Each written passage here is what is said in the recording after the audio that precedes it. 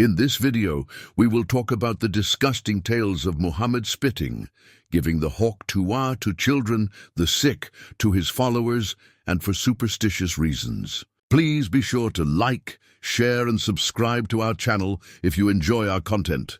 We will now use reliable hadith to dig a little deeper.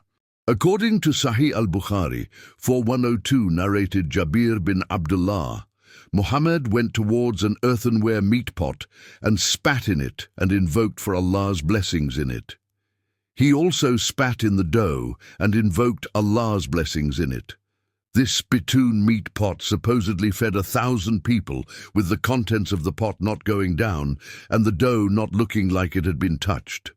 Can you imagine eating a medieval man's saliva? It shows a very low IQ among the people of Muhammad's time and region. Most people across the world by that period knew of bacteria transmission through bodily fluids.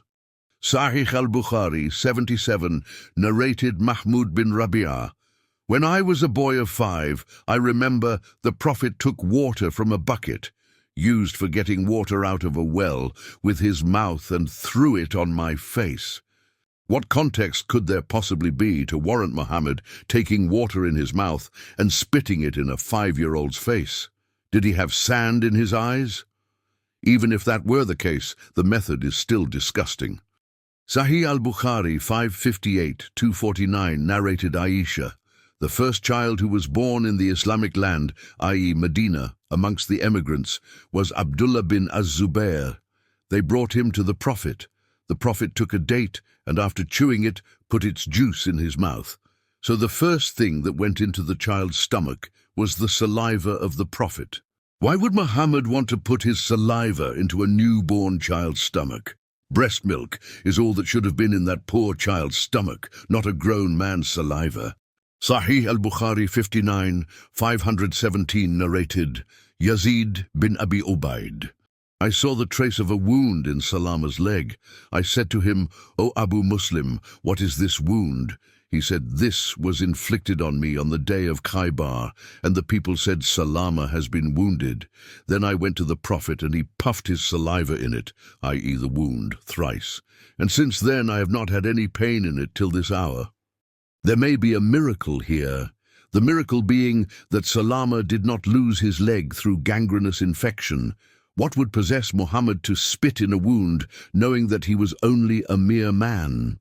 Muhammad spitting on the dead.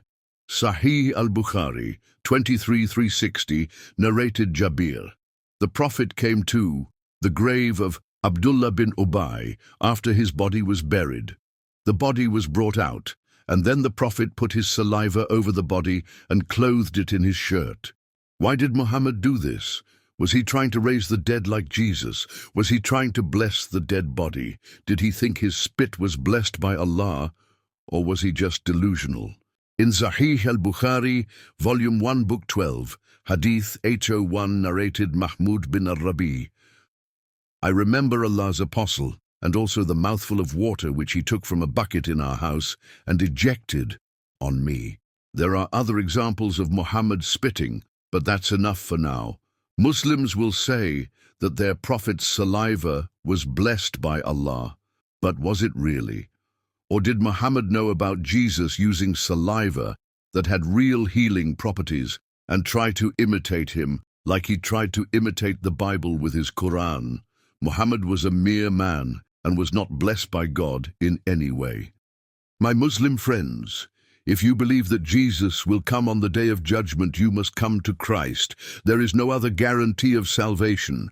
He will come and you will be judged for your rejections, not through your God Allah, but through the Father of the Holy Bible.